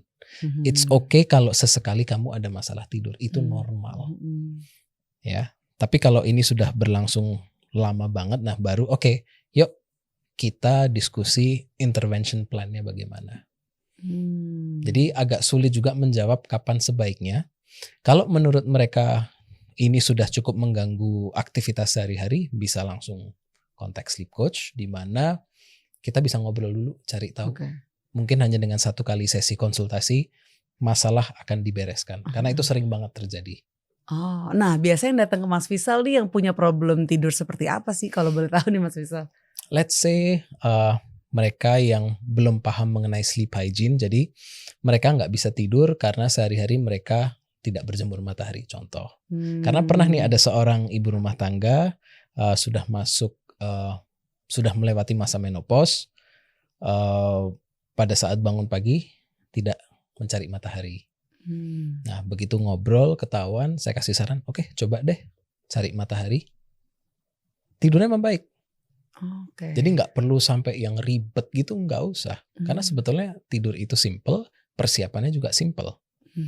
Terus ada juga yang beberapa kali nggak bisa tidur, akhirnya kontak, kita ngobrol, setelah ditelusuri, oh ternyata kamarnya dia itu terlalu panas. Oh, oke, make sense. Ya udah, yuk coba kita benerin dari segi kamarnya. Mungkin AC-nya bisa dibuat lebih dingin atau untuk sementara tambah kipas. Terus ada yang nggak bisa tidur karena dia harus pindah ke kamar kakaknya atau orang tuanya. Pada saat dia pindah, berarti kan dia merasa, oh ini tempat baru nih. Do I feel safe or not? Coba deh kamu misalnya bawa sesuatu dari kamarmu yang lama ke kamar baru, just to feel a sensation of, ya ini barangku, I feel safe with this barang. Seperti itu. Jadi banyak yang simple akhirnya ketemu solusi, tapi ada juga yang kompleks gitu, ada. Yang nggak bisa tidur kayak bertahun-tahun gitu, ada nggak pernah datang? Ada. Itu kalau boleh tahu penyebabnya apa sih? Apakah ada trauma atau? Ada trauma, ada kecemasan, ada semacam ketakutan. Jadi mereka udah sering sekali gagal tidur, sehingga setiap kali masuk ke kamar itu anxiety levelnya naik. Jadi mereka itu cemas banget, mereka takut, nggak bisa tidur, sampai somnifobia. Tidur itu menakutkan buat mereka. Oh, istilahnya somnifobia ya? Karena mungkin itu sudah berlarut-larut ya, jadi sudah kayak lama banget. Sudah kayak terbentuk jadi satu entity gitu dalam diri. Ada juga mereka yang pengen bebas dari obat tidur, itu datang. Karena selama ini mereka udah too depend on sleeping medication. Nah, jadi mereka datang tanya apakah ada cara untuk bisa bebas dari obat tidur. Ya, dan itu menggunakan CBTI itu CBTI. ya? Untuk Tapi tergantung juga masalahnya ada di mana. Jadi perlu di-assess dulu. Ya. Wah ini menarik banget sih ya, karena tiap orang apalagi kalau udah ya usia kepala 3 akhir gitu ya, kepala 4, kadang tuh suka ngalamin tuh ada aja momen dimana susah tidur nih, karena itu juga cerita teman-teman saya pribadi juga ngalamin, cuma ya untungnya emang sih itu berlangsung kayak berbulan-bulan tapi udah lewat gitu kan ya. Yang penting itu udah lewat. Mas Fisal sendiri juga pernah mengalami momen itu gitu. Dan kalau misalnya yang menyaksikan ini pengen tahu lebih dalam lagi tentang sleep science dari Mas Fisal, ini bisa reach out-nya kemana nih Mas Fisal? Saya bisa di reach out via Instagram @vishal.dasani.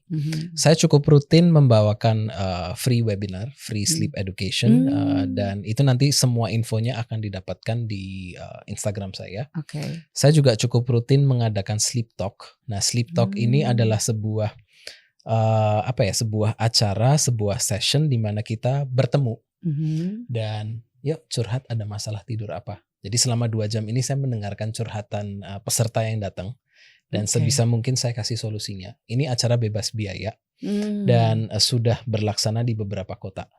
Jadi sempat saya lakukan pertama kali di kota Jogja karena waktu itu pas liburan ke sana. Terus udah 2 kali di kota Jakarta, 1 kali di Bekasi. Nah, harapannya ini bisa menjadi kayak semacam tour. Dengan tema yuk curhat soal bobo. Apa ada keluhan apa? Yuk kita obrolin.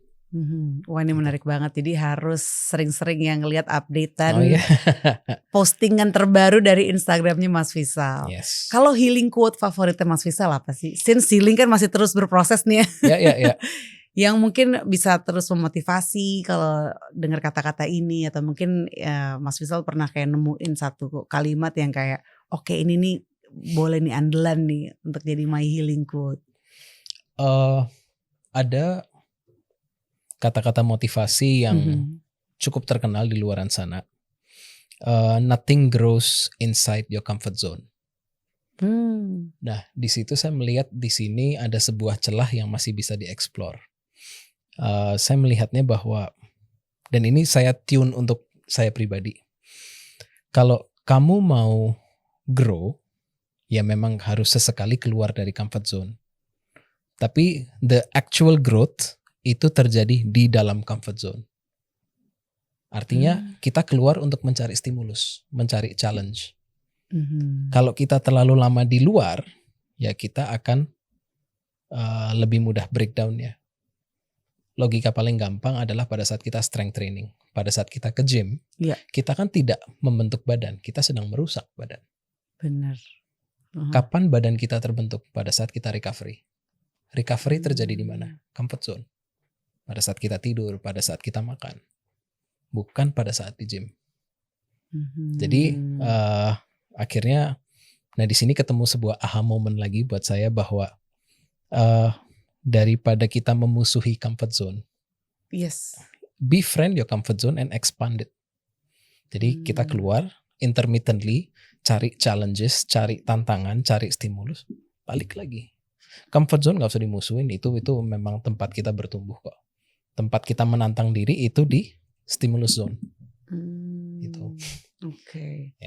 Jadi pemahaman kita juga jangan narrow gitu ya, jangan sempit dari apa quote yang mungkin kita dengar, omongan orang, kita telan mentah-mentah tuh jangan juga gitu. Karena apalagi kalau udah di usia-usia expansion gitu kan, kayaknya memang banyak elemen-elemen diri atau bagian-bagian diri yang harus dipelajarin. Termasuk mungkin sisi gelap yang kita bilang, ini sisi gelap gue nih, this is my dark side gitu kan. Kayaknya gue gak mau lagi jadi orang yang kayak gitu.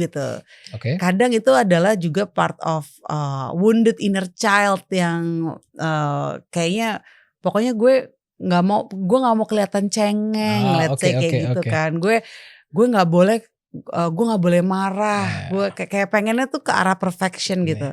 Tapi padahal sebenarnya emosi-emosi itu valid semua dan it's part of us. Now bagaimana kita bisa menghargai bright side kalau kita nggak punya dark side? Komparasinya di mana? Kalau semuanya bright, kita tahu dari mana ini bright. Nah iya benar. Ya kan, jadi memang perlu ada dark side supaya kita bisa mengapresiasi bright side. Tanpa dark side ya mungkin kita nggak tahu ini bright side. Jadi kalau misalnya nih saya ditanya, if you go back to your past, to your childhood self, apa satu hal yang akan kamu bilang ke kamu di versi muda untuk dirubah? Nothing.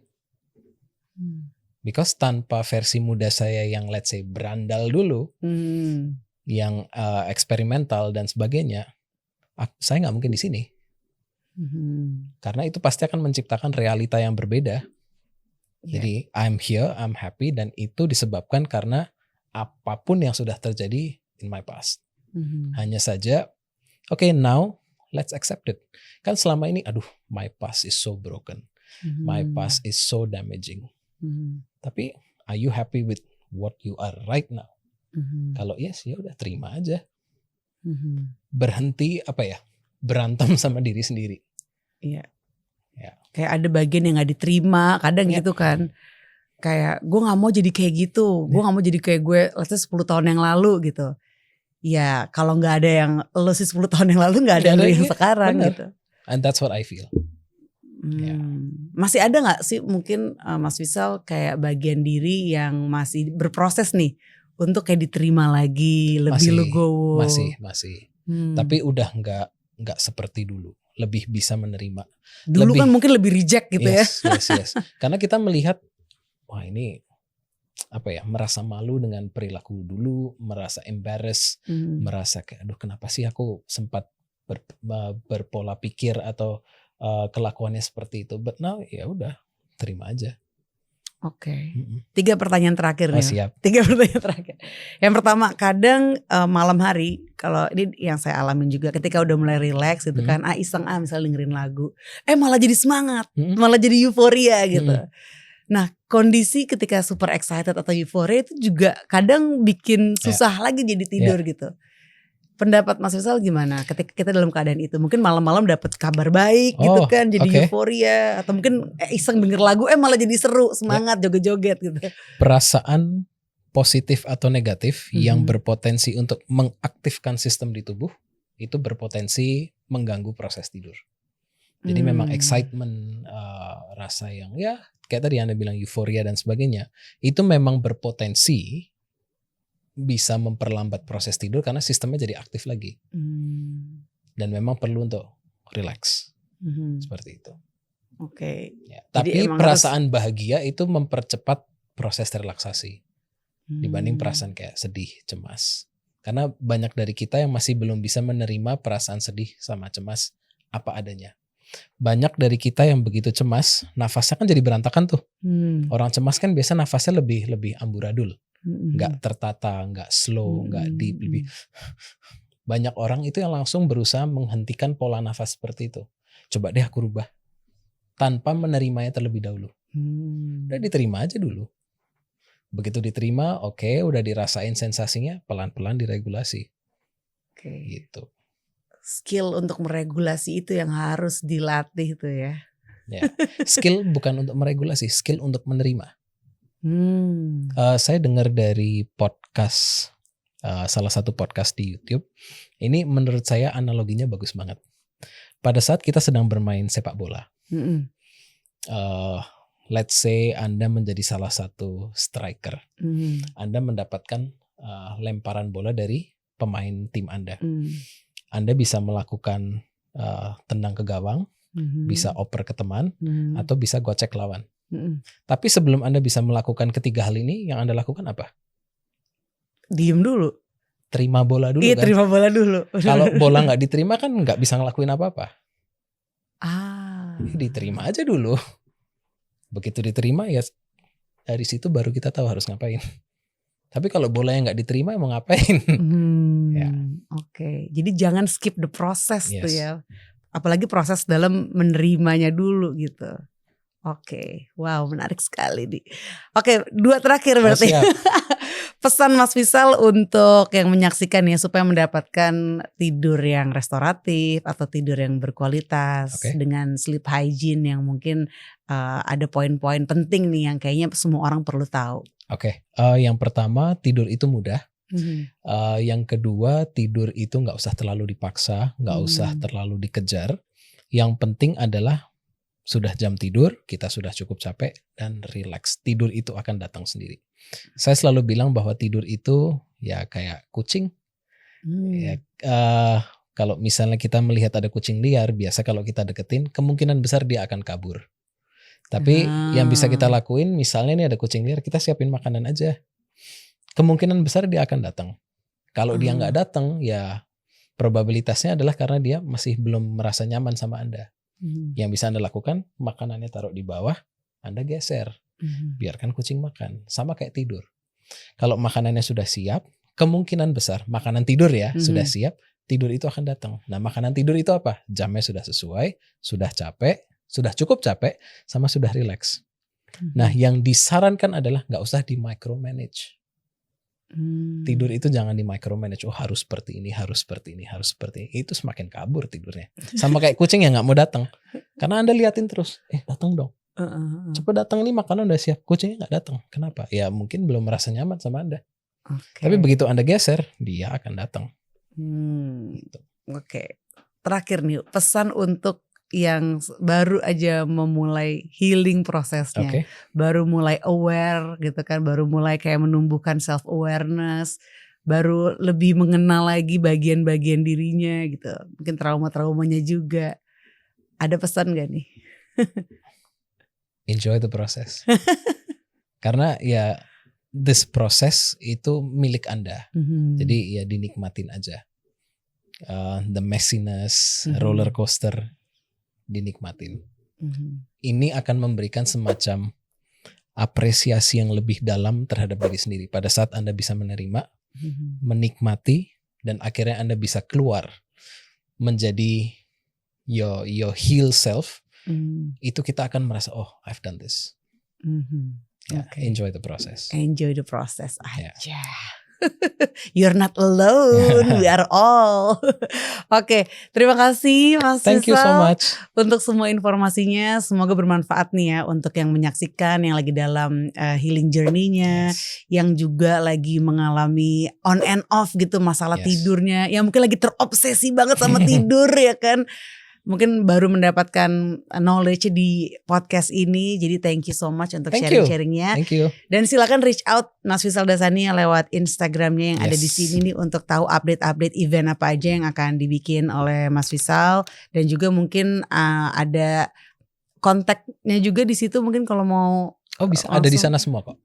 Oke, atau di Instagram ada semua. Di Instagram ada semua ya. Oke, so thank you so much all for watching. Silakan kalau kamu mau komen-komen gitu ya, atau ada pertanyaan seputar tidur gitu, atau mungkin ada knowledge juga seputar sleep science yang mau disampaikan, tulis aja di kolom komen. Kalau gitu Mas Rizal pamit, Andara juga pamit. See you all again on the next episode of Anthem, Andari and the Theater of the Mind. Bye. Ke tengah Mas Rizal.